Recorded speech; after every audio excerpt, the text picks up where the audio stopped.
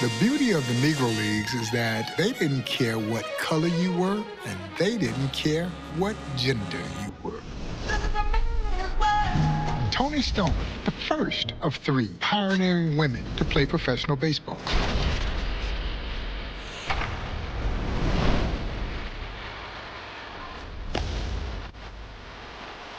Toni Stone was a tremendous athlete who started playing professional baseball with the San Francisco Sea Lions, then would join the New Orleans Black Pelicans before making baseball history as a member of the Negro Leagues' Indianapolis Clowns. She would join the Clowns in 1953, second baseman.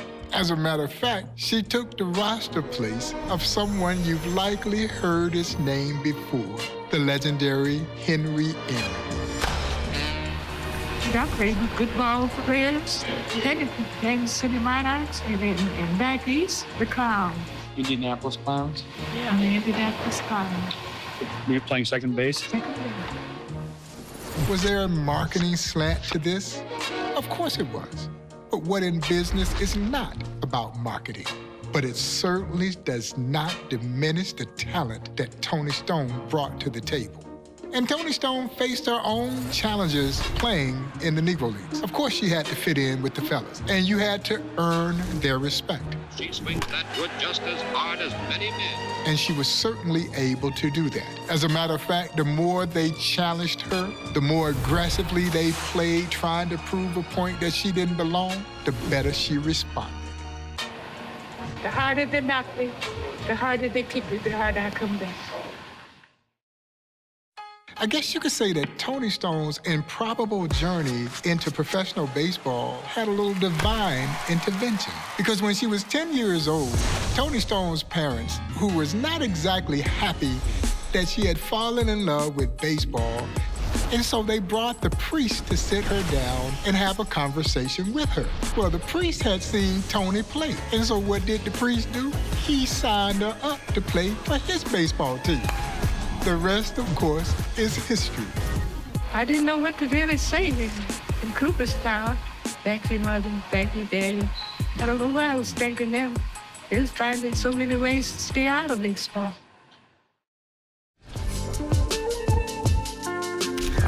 For Toni Stone, there was already immense pressure to go play with men. But when you step in to try and fill the enormous shoes of a young phenom by the name of Henry Aaron, that pressure is even greater.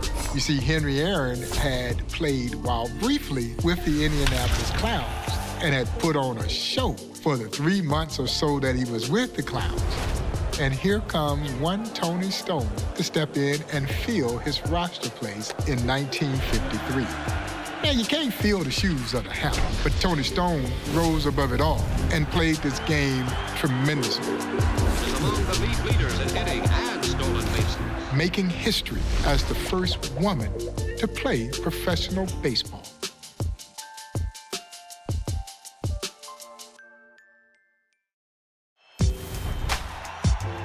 The fear that was oftentimes associated with the women playing the game was that they might get overpowered at home plate. But you see, Toni Stone was fearless, so she wasn't worried about getting overpowered. She held her own in the batter's box. But in the field, she was just as adept at playing second base as the fellas was. And she could field her position. Great range, a strong throwing arm that she oftentimes showcased to the delight of fans who filled the ballpark to see a woman playing with the fellas. This second base lady is up in the NAL to stay. It's a woman's world. Toni Stone, in a career that had many highlights, would say herself that her greatest accomplishment was getting a hit off of the legendary Leroy Satchel Paige. But Toni wasn't alone. A lot of Negro League players would also say their greatest accomplishment was getting a hit off of Leroy Satchel Paige because, y'all, Satchel didn't give up. many hits. But Toni was so proud of the fact that she stood in that batter's box, stared down the immortal Leroy Satchel Paige, and got that hit off of him. And it was an amazing moment in an amazing career for the legendary Toni Stone.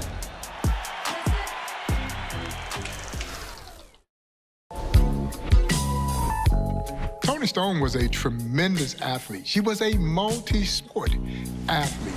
She played basketball, she played softball, she played football, and she also ran track, could run the 100-yard dash in 11 seconds. So yes, she had tremendous athleticism.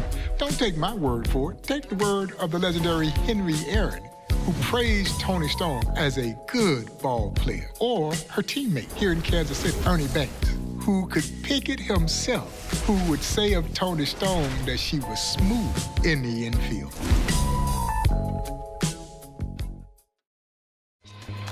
It was rough in a small town, being called tomboy.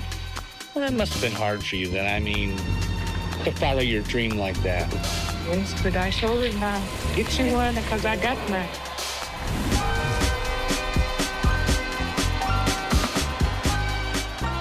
In 1953, Toni Stone made history when she became the first woman to play professionally with the men in the Negro Leagues. And while that is certainly a milestone, she opened the door for her fellow Indianapolis Clown colleagues, Connie Morgan and Mamie Peanut Johnson.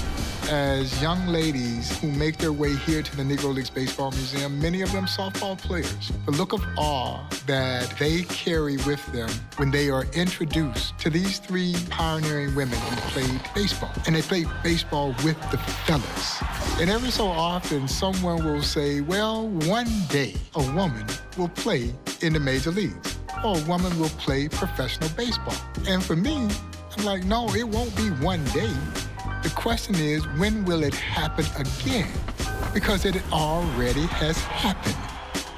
What we are doing is fueling dreams. We're fueling the possibilities that come from this incredible story of amazing athletes who overcame the obstacles that were in front of them to go after their dreams. For Toni and Mamie and Connie, it was the dream of playing baseball, and they were able to fulfill that dream. And the Negro Leagues gave them a platform to do just that. This museum, it is also about fueling dreams, hopes, and possibilities.